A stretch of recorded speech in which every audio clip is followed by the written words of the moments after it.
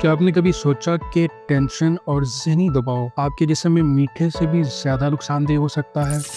जी हाँ, स्ट्रेस आपके जिस्म में शुगर लेवल बढ़ाकर डायबिटीज़ को जन्म दे सकता है और अक्सर लोग इस पर तवज्जो नहीं देते। आइए आज की वीडियो में हम इसको समझने की कोशिश करते हैं। जैसे ही हम कुछ मीठा खाते हैं 10 से 15 मिनट बाद खून में शुगर की मिकदार बढ़ने लगती है, जिससे दिमाग और लबलबा यानी पेंक्रियाज को सिग्नल मिलते हैं और लबलबे से इंसुलिन खारिज होती है। इंसुलिन ब्लड में मौजूद ग्लूकोज को खुलियों के अंदर ले जाने में मदद करती है, जो इसे इस्तेमाल करते हैं और इजाफी ग्लूकोज को स्टोर कर लेते हैं। नतीजा ये होता है कि आपकी ब्लड ग्लूकोज नॉर्मल रहती है।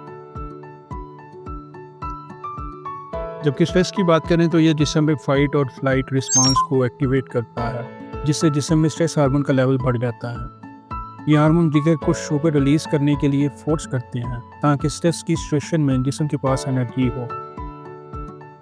इसके अलावा स्ट्रेस की सिचुएशन में पट्टे और दीगर खुलिये इंसुलिन को कम रिस्पांस देते हैं, यानी नॉर्मली इंसुलिन की मौजूदगी में ब्लड से ग्लूकोज पट्टों और दीगर खुलियों के अंदर जाना चाहिए। लेकिन स्ट्रेस की सिचुएशन में पट्टे और दीगर खुलिये ग्लूकोज को खुलियों के अंदर नहीं लेकर जाते और इंसुलिन को रिस्पांस नहीं देते। इसी को इंसुलिन रेजिस्टेंस कहा जाता है।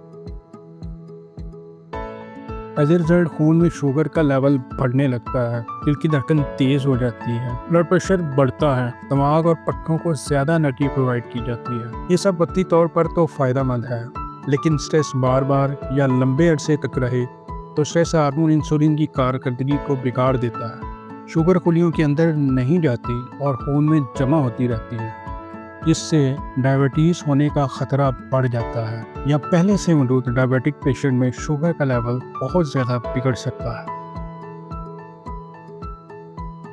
डायबिटीज़ का स्ट्रेस के साथ गहरा ताल्लुक है। स्ट्रेस को कम करने के लिए रोज़ाना एक्सरसाइज या वॉक करें, योगा या गहरे सांस लेने की प्रैक्टिस करें, अच्छी और मुकम्मल नींद लें, मुस्बत सोच रखें और दुआ या मेडिटेशन अपनाएं। स्ट्रेस ज़हनी ही नहीं जिस्मानी बीमारियों को भी जन्म देती है और डायबिटीज़ इनमें सबसे अहम है। लिहाजा अपनी ज़िंदगी में स्ट्रेस कम करें और सेहतमंद रहें। Please like, share and subscribe to our channel.